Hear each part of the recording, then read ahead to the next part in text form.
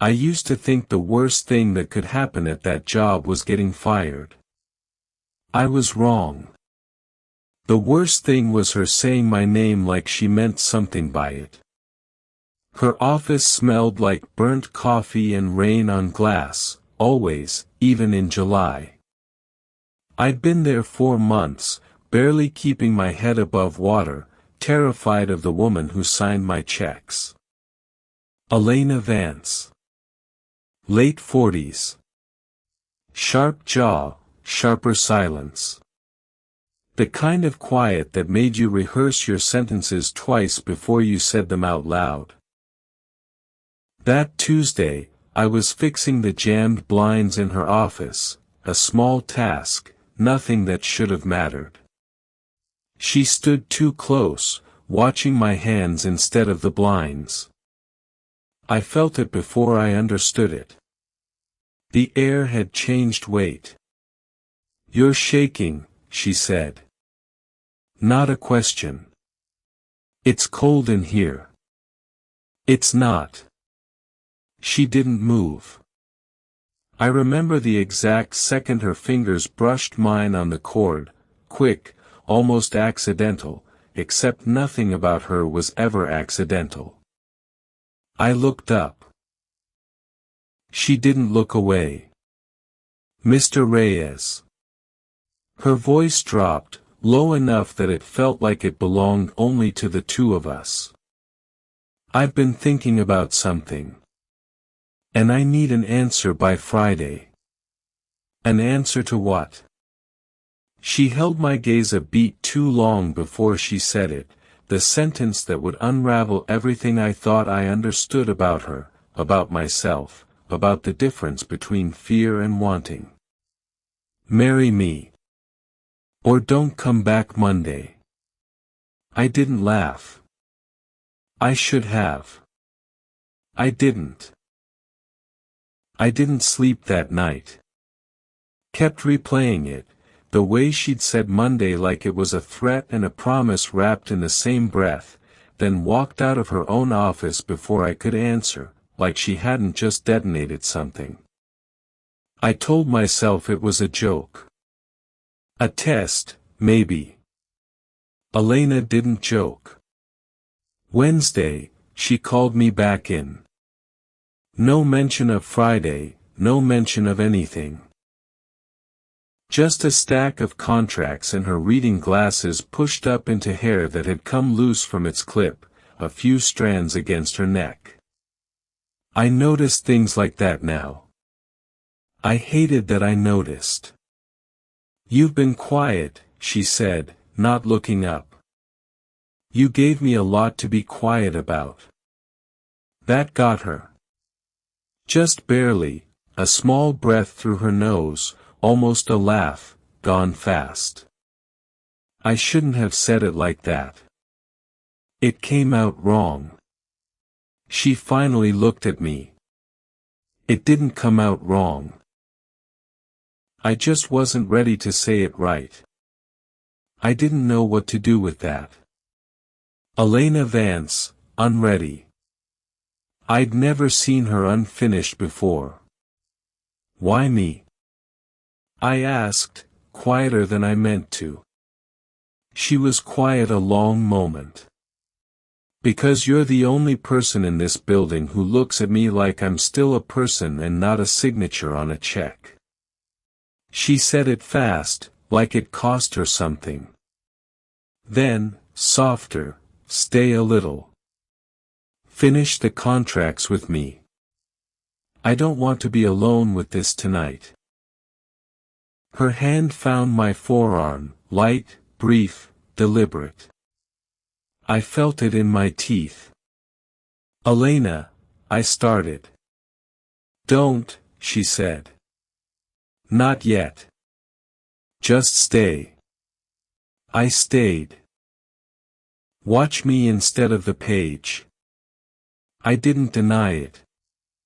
Couldn't, really, my mouth had stopped cooperating with my better judgment somewhere around Monday.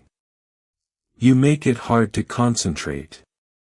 She smiled at that, small and tired, and for a second she looked less like my boss and more like a woman who hadn't been touched gently in a long time. I make everything hard. Ask anyone. I'm asking you. Her eyes flicked up, really up, into mine, and neither of us moved for a second too long.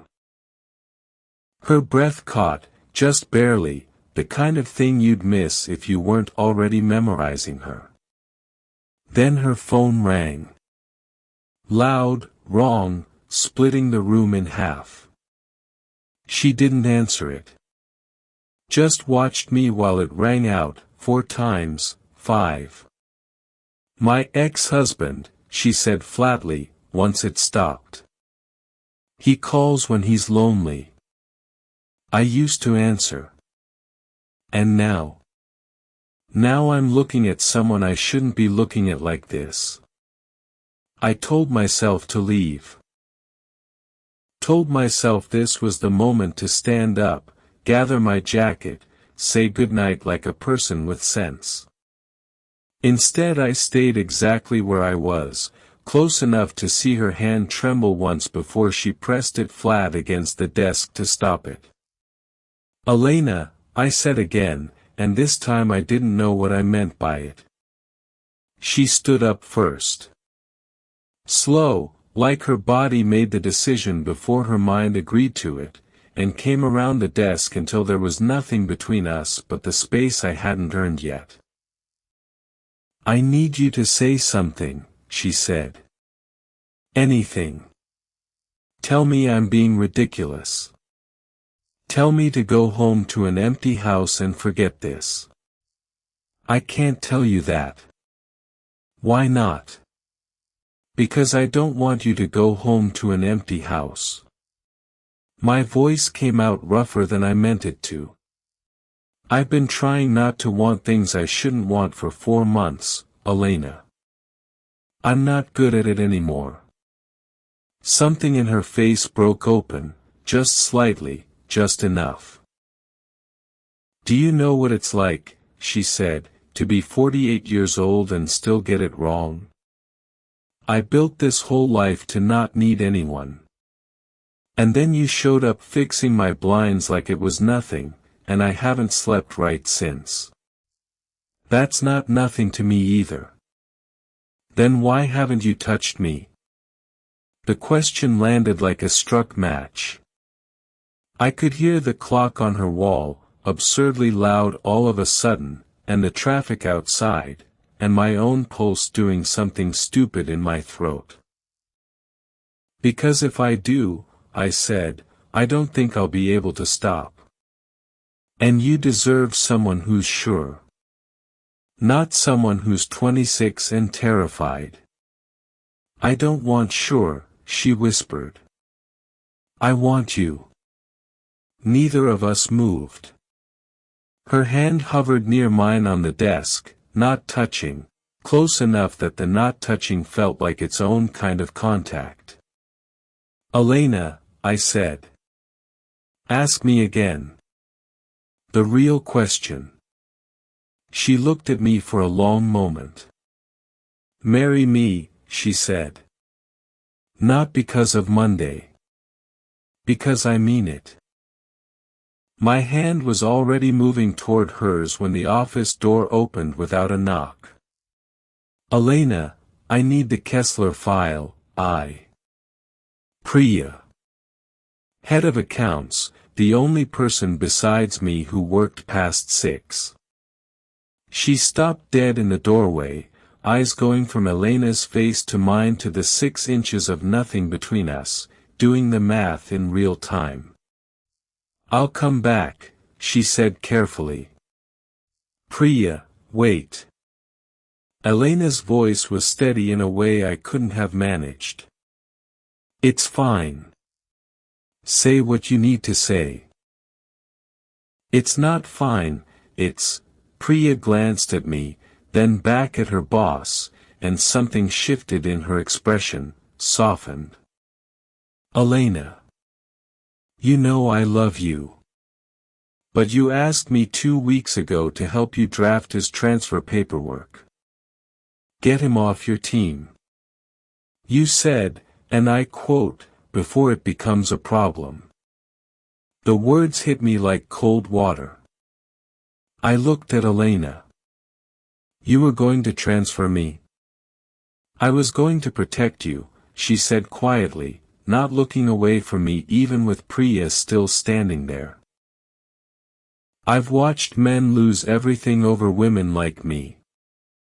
I thought if I put distance between us before either of us admitted anything, you'd never have to know what you were giving up.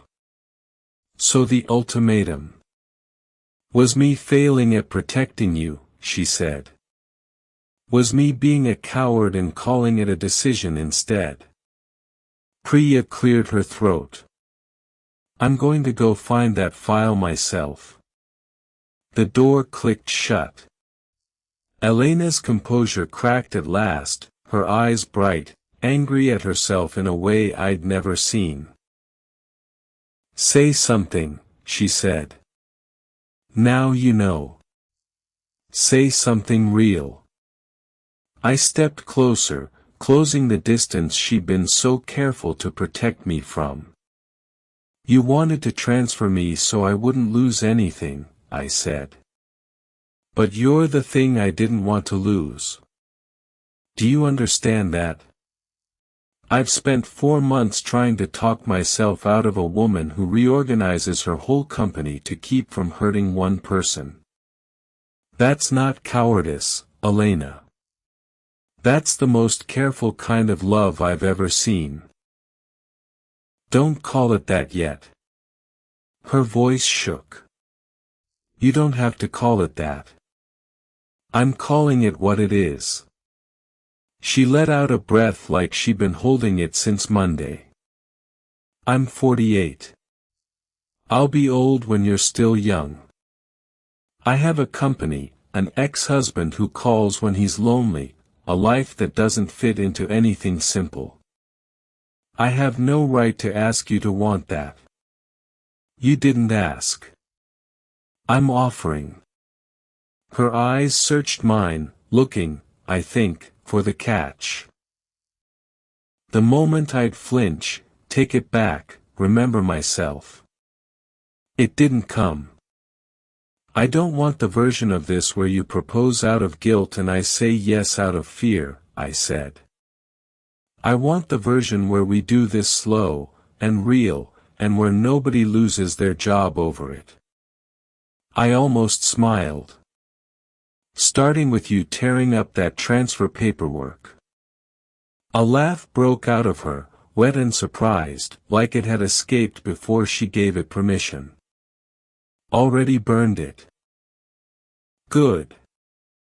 I took her hand, finally, fully, no hovering this time. Ask me again. The question. I want to answer it properly.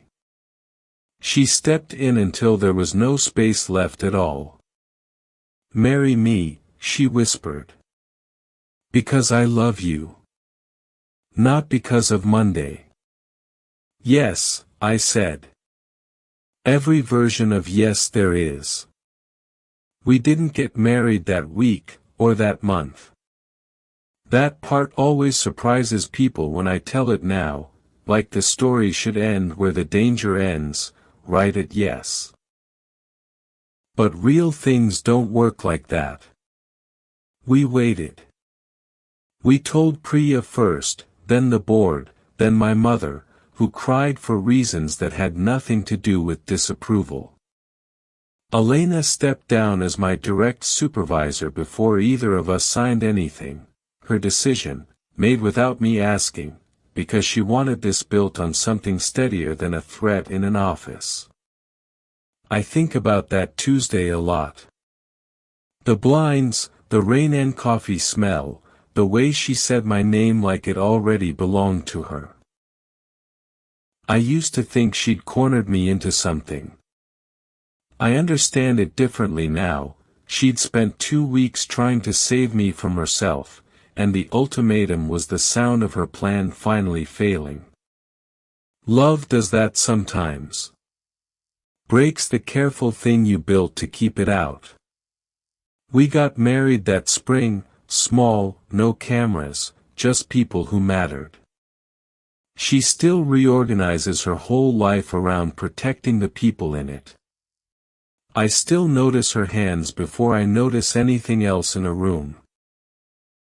Some things don't change, they just stop being secrets. If there's a moral in it, maybe it's this: the people most afraid of wanting something are usually the ones who want it the most carefully.